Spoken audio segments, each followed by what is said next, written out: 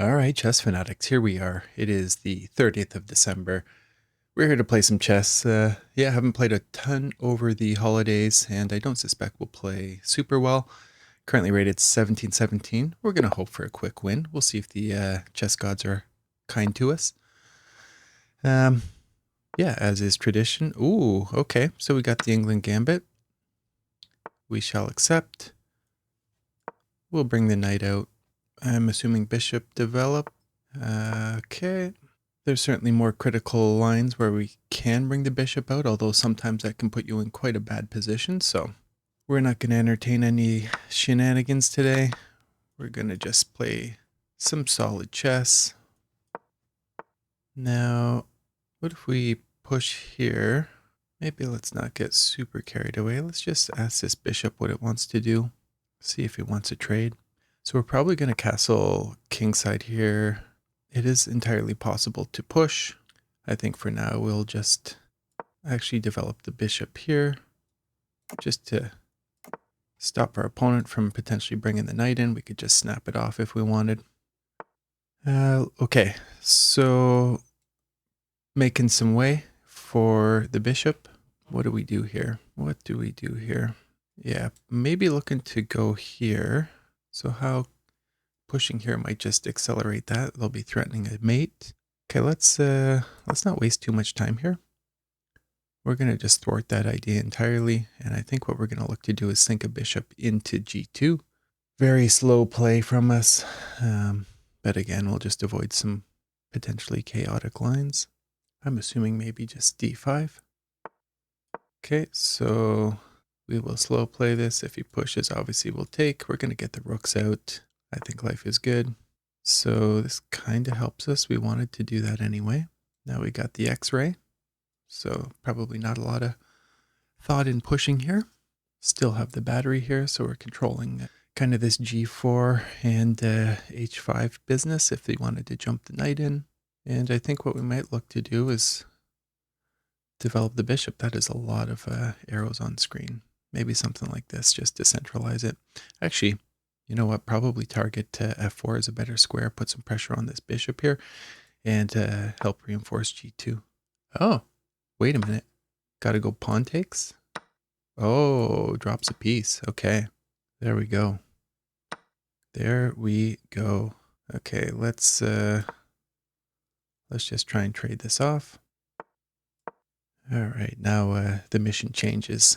Just becomes trade everything off and see what we can do here.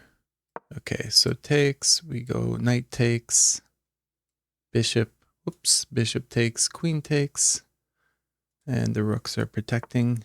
Okay, and this I thought was not going to be absolutely critical. I almost wonder about sacking, but there's really no need. What about a move like this? Or do we just come over here? Okay, you know what? Let's just attack this pawn for now. Let's see what our opponent plays.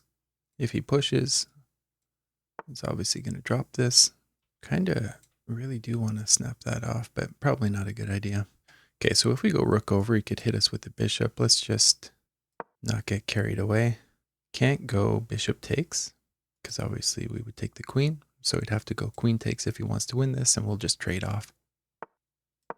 Okay, we'll jump our knight in. Right now we have it protected. I think this is okay. We still are doubling up here. We're attacking the queen as well. Yeah, we don't want to do that. That would be a bad move. Okay, let's just bring it back. I think we might look to just snack on this pawn after. We'll see what he does. Okay, we're now threatening a7. Knight could be coming in here, applying pressure on f7 as well. Okay. Now, do we take here? I don't see why not. Okay, so now we can threaten the bishop here. We'll just look to push the pawn. The bishop is covering the queening square. Got lots of time here, so it should be relatively smooth. So they can come down, but okay, we do this. Get behind the pawn here. We'll push. Okay, so takes. Yeah, I mean, that's pretty good. But why not do this? Threaten the check.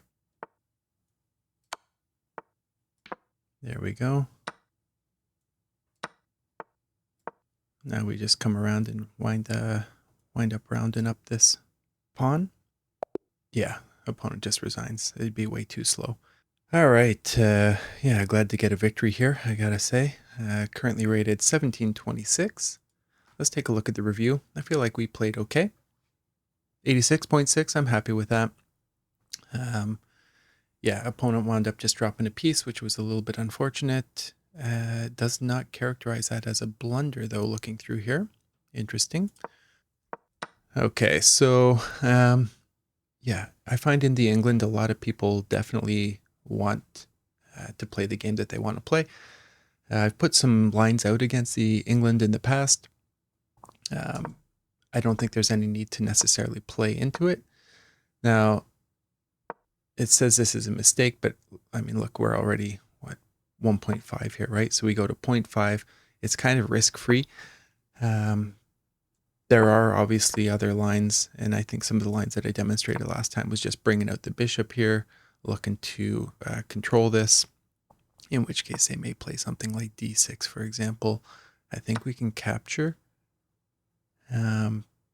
But yeah, we're kind of just left with a better position. I think in some other lines, they'll get aggressive and try and bring a bishop out, for example. But again, I find in Gambits, it's great to accept and then sometimes just give the material back to get them sometimes out of their prep as well. So again, we went from plus 1.5 to 0.5. I'm cool with that. It doesn't love the play. Black's equalized, but I feel like we have a pretty good position. It's not amazing. It's more compact than we would like. Obviously, we're not striking out with huge control in the center, but the opponent just doesn't have too much to go against. So this is the best move. I was happy to see that. Black has an advantage, I think, most likely due to obviously better space at this point in time. But yeah, they're saying this was an inaccuracy. The second this happened, we knew we were going to snap that off. I think the best move, maybe why they didn't consider it a blunder, is decaptures is the obvious answer here. Because if we were to capture here, and like so, okay, we'd be threatening potentially to come back and take this pawn, but oh, that would have been a bad move. Actually, it's saying we should just play bishop c3 in that line. So, I see, just tempo the queen. But again, I find sometimes when the pressure gets up there, they make a blunder. This is an easy one to make. I'm sure we've all made it in the past. Not so much in the 1700s, I'll say, but I mean, I guess any blunder can happen at any time. So it did like this. It says a4 is best, though. Probably just preventing any expansion over here. I thought that this was going to be good for us solely because, we eliminate a pawn either way. And again, I'm really just looking to trade down material. You can see we have a huge advantage, like +5, and I don't think we really relinquish that. I think our opponent was hoping for some form of repetition.